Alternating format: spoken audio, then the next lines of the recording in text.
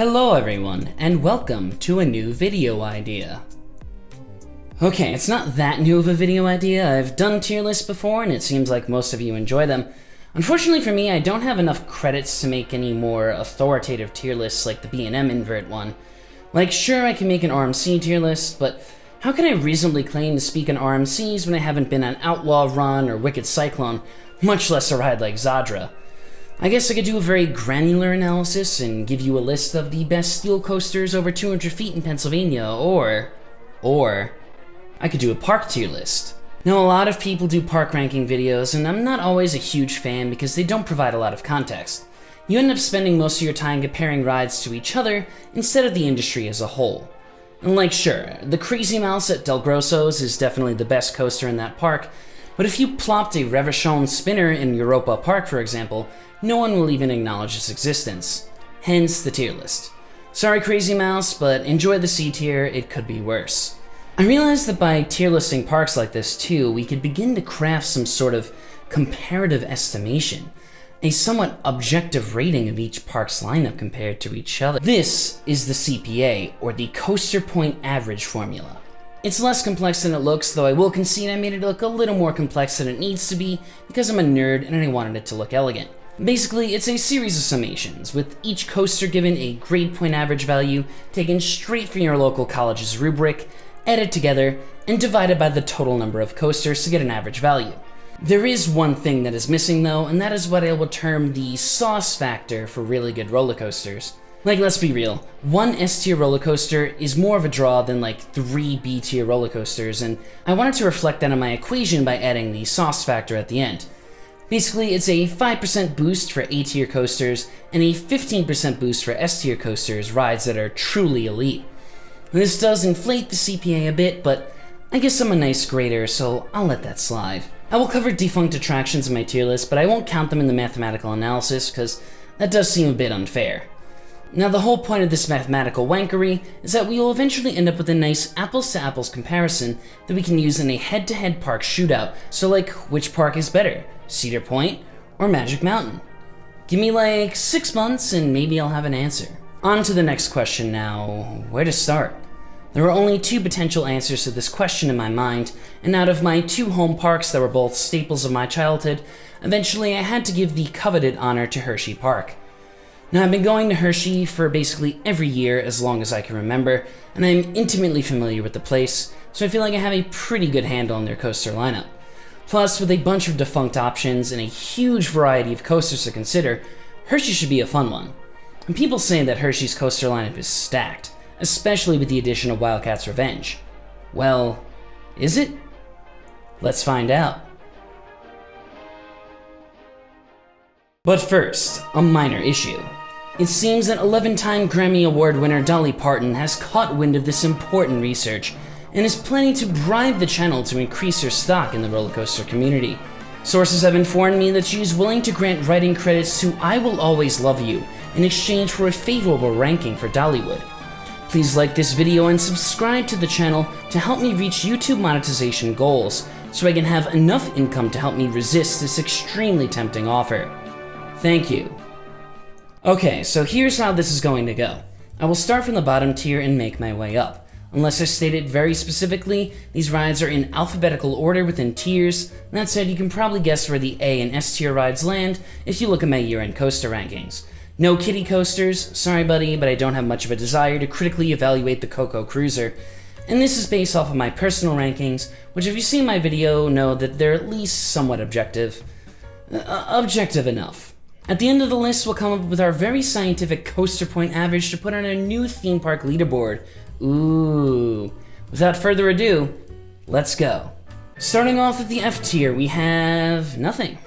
Let's give a big round of applause to Chocolate Town for perennially avoiding the bottom of the barrel, at least in my lifetime. Now to the D tier. And if you know me at all, you probably won't be surprised to see a certain defunct coaster taking up the lowest spot on the tier list. Yep, it is the infamous Wildcat, finally put out of its misery in 2022 after years of torturing riders. I rode Wildcat for decades, and each time I would visit the park, I would give Wildcat one more chance and come off just as disappointed.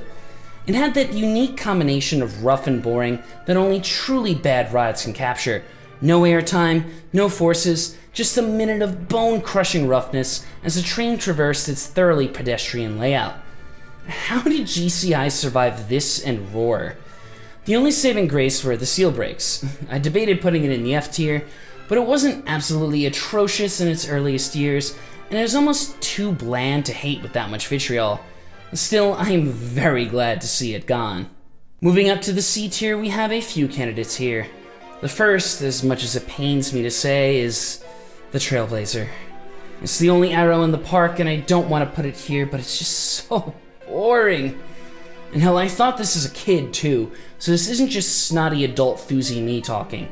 Other mine trains have a lot of character, even if they're janky messes, but Trailblazer just kinda puts you to sleep with his meager drops and weak helixes. I'm still glad it's there, but I wish the Trailblazer was a little bit more adventurous. Also in the C tier, we have this bizarre little defunct ditty, the Roller Soaker. And like, what the hell was this thing? I won't lie though, I loved it as a kid, I absolutely adored it. Looking back, the Roller Soaker was a truly baffling ride, a lazy river in coaster form, but far less refreshing. There was nothing exciting in the layout to speak of, besides occasionally getting drenched by annoying water effects.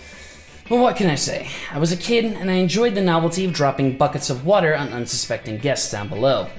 I don't think the concept was totally flawed, but like, I don't know, maybe have a drop somewhere, an airtime hill, there's any semblance of force whatsoever.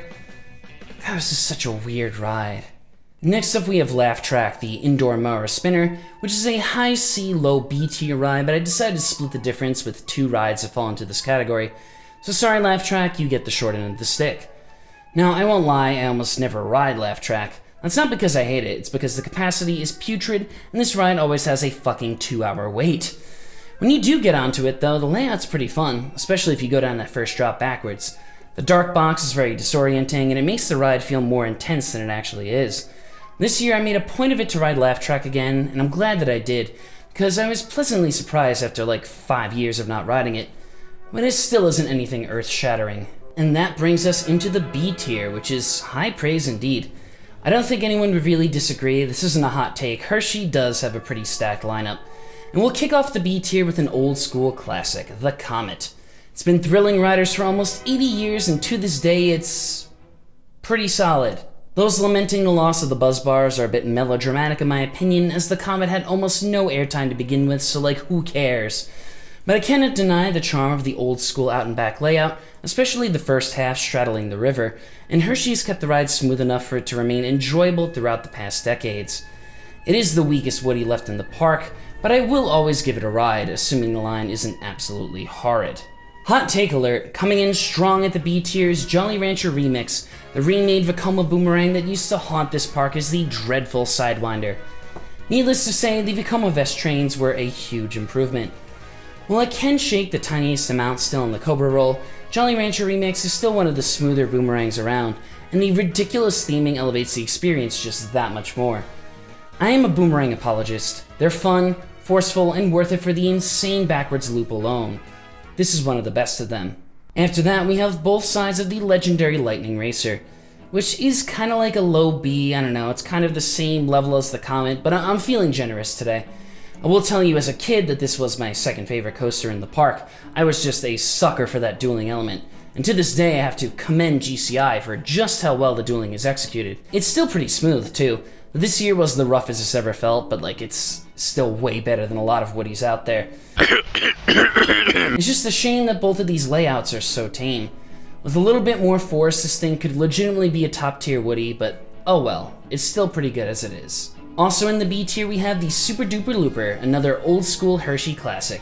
And it's amazing how good this loop is almost 50 years later. Like, you can never go wrong with a circular Schwarzkopf loop, with strong positives on the bottom and legitimate float at the apex. A shame the rest of the ride is so boring. At least it's pleasant and scenic with a final helix that can sometimes surprise if Hershey decides to be reasonable with the trims. Even as a kid, I thought most of the layout was a little mellow, but I keep coming back for its undeniable charm in that kick-ass first 10 seconds. And finally, we have the Wild Mouse. Now you might think I'm crazy ranking the Wild Mouse this high up, but this year the Wild Mouse ran basically trimless and it was insane. disgustingly strong laterals, legitimate ejector airtime. Sure, it's a standard kind of uncomfortable mock wild mouse, but I was laughing my ass off the whole ride and I kept coming back. Hopefully they will continue to run it like this in the future, because then I'll have to legitimately step in line every time I go over that part of the park for West Coast racers. Well, that brings us to the end of the B tier, and now we're on to the big boys. We've reached the A tier, and we're starting things off with Hershey's newest ground-up attraction, Candemonium. And this hyper continues to prove itself to me as of late. It is no face-ripping ejector machine, but the floater that Candy offers is some of the strongest floater that B&M has on offer, especially in that amazing first drop and that sweet awkward leg. If you ever ride this in Nitro back-to-back, the difference is massive. The trims kinda hurt and they can really kill the finale if they clamp down too hard, and it is still definitely too short, but Candy is always a tasty treat that offers a comfortable, reliably solid ride. Next up we have Fahrenheit, another attraction that I don't get on enough due to its woeful capacity, but I'm making a point to ride this thing more because damn, I've really been sleeping on it. The initial drop, especially in the back, is amazing, but it took me too long to realize just how incredible that finale is, with a Maverick-level airtime hill and some awesomely whippy corkscrews. The only real disappointment is the initial section after the first drop, with a meh-feeling Norwegian loop and a mid-Cobra roll, but Fahrenheit proves that Intamin can do a Eurofighter better than the OG can. Third in the A tier is the Great Bear, one of my favorite childhood coasters and IMO still one of the best B&M inverts. Great Bear is weird, it always has been, but I think its bizarre layout is one of its strengths. The initial helix is shockingly forceful and it gives enough speed going to that first drop to actually give a little pop of airtime in the back. Every inversion either tries to drain the blood from your body or whip you out of the train. Even the dead spots are short enough to excuse, and they're also hilarious. I mean, look at that ridiculous support structure over the creek. I always come up absolutely hyped. This seems like one of the few coasters that seems to get better with age. Moving on to another ride for the A tier, we have the awesome Stormrunner, my personal favorite Intamin accelerator. Stormrunner dared to ask the question, what if an accelerator coaster actually had a layout after the first top hat? And I'm glad to say, they did a good job with it. Sure, it's still far too short, but every element hits, from the gut punch of the launch to the insane airtime out of the top hat and the flying snake dive, which is absolutely incredible. Multiple seconds of out-of-your-seat airtime and whip. A truly elite layout that is held back by the fact that it is over in 10 seconds.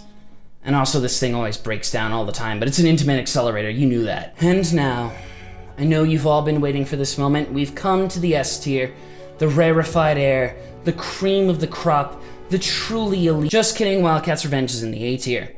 Don't get me wrong, Wildcat's Revenge is a solid RMC and a huge improvement over the original. It pulls off a spectacular first half, with the only semi-dead spot being the meh step-up 0G underflip thingy, but an incredible first drop and an awesome ejector airtime hill. Unfortunately, the back half vacillates between boredom with the reverse Cobra roll and sheer pain with the finale. It definitely has cojones and has celebrated for upping the ante a little bit compared to previous RMCs, but unfortunately there's another ride in the same park that manages to push things just that little bit further. And that leaves us with one coaster left for the S tier, and you guessed it, S stands for Skyrush. Fresh out of just missing this year's top 5, Skyrush is still crazy enough to land in the S tier. Like, Wildcat's Revenge is crazy, but Skyrush makes it look like child's play, with airtime and positives that feel legitimately dangerous. That first drop is worth the price of admission alone. Insane ejector airtime that somehow gets stronger with that yank halfway down. And the rest of the layout is filled with absolutely batshit airtime hills that should be borderline illegal, especially at a park with such mass appeal like Hershey. And unfortunately, Skyrush does have its fair share of dead spots. The Stangle dive should be whippier, and the positives are surprisingly weak for a ride this ferocious. But Skyrush earns its place in the S tier by pushing the roller coaster to places that no other manufacturer would ever dare to do. It's too much, and I mean that as the highest possible praise. And that's Hersheypark. With everything added together, we can throw the numbers into our little calculator and we get a coaster point average of 3.686. Sounds pretty good, but what the hell does that mean? I guess we'll have to do a few more of these tier lists to find out. Tune in next time, and thank you for watching.